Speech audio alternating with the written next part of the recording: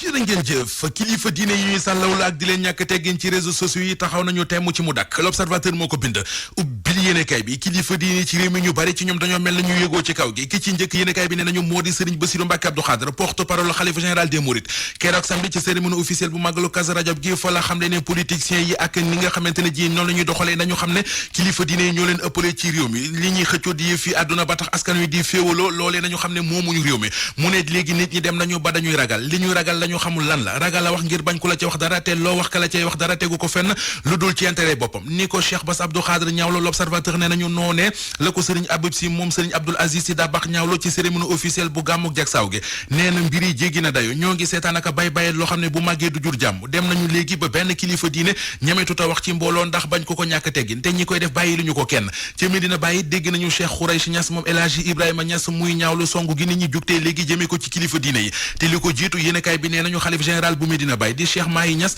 moo njëkk a yëkkati kàddoom di ñaawlu ak a naqarlu ni ñuy saaga ak a ñàkkee teggini kilifa diine yi bés bi le jour nañu dëkk bi di Touba am na lu ko metti lool ca la fa xewoon keroog ba fa Ousmane Sonko jaare Serigne Bassirou Mbacké Abdou Khadre ay kàddoom ci yéenekaay bi muy xamle ne Touba dëkkub Serigne Touba la bopp ñëpp ko war a wormaal duñu nangu kenn di ko yàq te it loolee jaral nañu bakkan sursoi nañu non seulement Touba am na lu ko naqari ca la fa xewoon fan yële weesu waaye ñoo ngi dànkaafu képp koo fa defati Les Échos bind ne Touba tegaat nañu politiciens yi ci seen place la yéenekaay ne ko boole ci kit di yedd ña fa doon def fi manifester ba salfaañi dëkk beneen mu di Géejawaay l'observateur ne nañu waa PUR di parti pour l'unité et rassemblement fa la ñu gonte woon démb ab meeting ngir doon màggal ñaar fukki ak juróom yi nga xam ne parti bi am na ko Vox Populi ne ca ndaje moomee fa la Ousmane Sonko leerale li tax keroog waa police toj otom génnee ko dugal ko ci seen fourgon blindé bi yóbbu ko ba këram Ousmane Sonko nee ne li tax police yi doxalee noonu moo di dañ doon bañ ñu dóor ko ballu fital ci yoon yi moom Ousmane Sonko journal lay fa nañu yemu ca ndax nee na leader yi ci opposition bi bu ci Macky Sall laalee kenn askan wi ca palais ba lañ koy fekk génnee ko ñu génn fa dem ci libération mi ñu wax ne moom Ousmane Sonko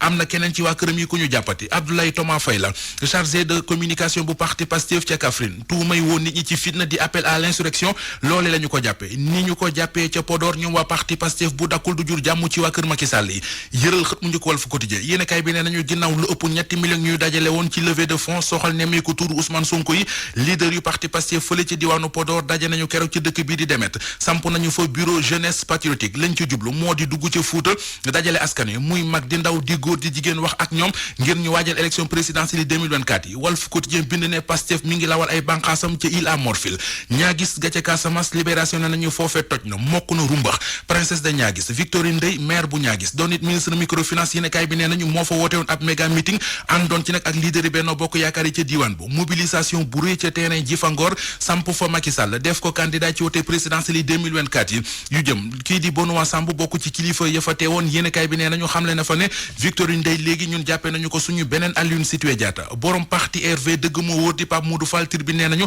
moom ma nga woon keroog dimanche ci diwaanu Kaolack ab conférence publique la fa woote woon ngir doon fa fàttali askan wi ak diwaan li président Macky Sall liggéey ci Sénégal moom directeur emploi yéenekaay bi nee nañu jox na fay jeunesse bi message bu fort a fort jëm ci ñu wormal kilifa diine yi ci réew mi tegal na ndaw yi pexe yi nguur gi teg di programme xëy ndaw ñi ngir askan wi rawatina jeunesse bi mën a am liggéey ci yëngu-yëngu yi am ci réew mi ci week-end bi l'observateur mi ngi ñu cey wax journée d'excellence bi amoon ca Nioro keroog samedi la woon ci teewaay ministre finance ak budget di Mamadou Moustapha Ba moo fa jël kàddu gi ñaawlu fa réseaux sociaux yi ak ni ñu tàmbalee sànq xale yi gën a taqee ci njàng mi atum 2022 yéenekaay bi nee nañu moom la IEF ak conseil départemental bu Nioro tànnoon ci ñoom lu mat téeméer ak juróom-ñett fukk ak juróom-benn doon leen sargal ak a neexal ngir gën a dooleel wàllu njàngale mi pàcc mi ak yëngu-yëngu yi ci am direct news mi ngi ñuy def ne lu toll ci ñeenti weer ci weer wi travailleurs yi ci collectivité locale yi ak ñi nga xam ne ñoo nekk ci wàllu santé bi nekk ci gréew te boobee ba léegi dégguñu société civile bi ñu wax ji naka noonu it way politique yi pattiral googee ci am yéenekaay bi nee nañu moo jaaxal lu bari beneenub laaj bu sampee ci beneenub yéenekaay moo di ci la Tribune lu aju ci rapport bi fi Cour des comptes siiwaloon mu jëm ci niñ doon doxalee xaalis bu fond force Covid 19 bi am ñu ci joxar bi baaramu tuuma ñooñee lu journal bi laaj ana fan lañu toll ak ñoom